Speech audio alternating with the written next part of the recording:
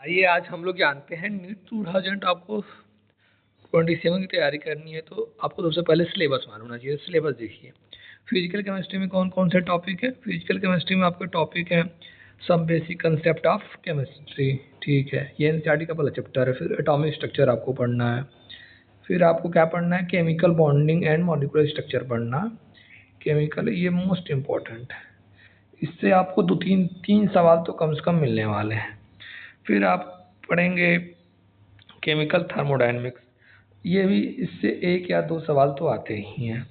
फिर chemical thermodynamics है, फिर सॉल्यूशन है, ये 12th का चैप्टर है, ये 12th का है फिजिकल केमिस्ट्री का। इक्विलिब्रियम तो 11th का है, ये 11th का टॉपिक है। ये भी इम्पोर्टेंट है और इससे भी 2 या 3 क्वेश्चन आपको देखने को मिलेंगे एग्जाम में। इक्विलिब्रियम से भी 2 या 3 क्वेश्चन आपको मिल सकते हैं एग्जाम में।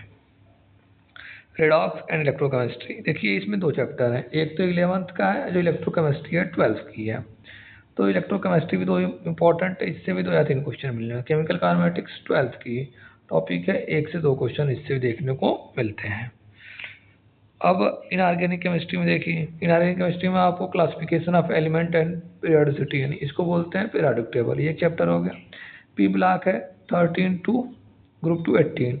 इसमें सिर्फ आपको क्या पढ़ना है, इसमें सिर्फ देखिए क्या लिखा है, इलेक्ट्रॉनिक कन्फिग्रेशन पढ़ना है, general trend, physical and chemical property. जो पहले अलग अलग कंपाउंड देते थे वो आपको नहीं पढ़ना है।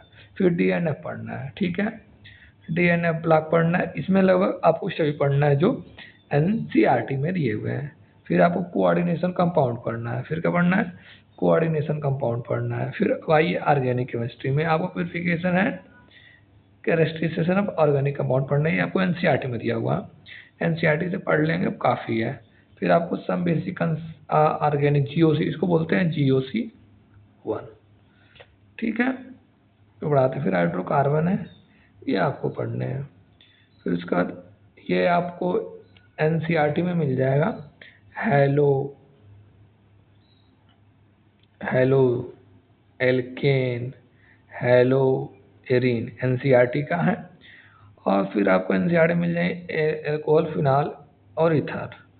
फिर उसके बाद आपको मिलेंगे टॉपिक एल्डिहाइड एंड कीटोन, देखिए ये अलग अलग टॉपिक। देखिए एनसीईआरटी में एक एल्कोहल फिनाल है तो अलग चैप्टर है, एल्डिहाइड कीटोन का से अलग चैप्टर है, ठीक है। और फिर आपको मिलेंगे ऑर्गेनिक को एमीन है, तो इसको बोलते हैं एमीन वाला चैप्टर। कौन सा है चैप्टर है, एमीन चैप्टर है एनसीईआरटी का। ये बायोमॉलिक्यूल है, ये भी इम्पोर्टेंट चैप्टर है आपको। और ये है प्रिंसिपल केमिस्ट्री, जिससे अब सवाल पूछे जाने लगे हैं। तो ये आपको हो गया सिलेबस, क्या है केमिस्ट्री का सिलेबस आपने देख लिया बढ़िया से। और क्या करना है आपको पढ़ने के लिए, मोस्ट इम्पोर्टेंट टॉपिक एनसीईआरटी पढ़ें। क्या पढ़ें, एनसीईआरटी पढ़ें, प्लस पीवाईक्यू करें और मटेरियल जो को नोट्स पढ़ें। वैसे नोट्स मैं आपको उपलब्ध करा दूंगा, एलन के नोट्स हैं मेरे पास, तो मैं आपको एलन के नोट्स दिला सकता हूँ।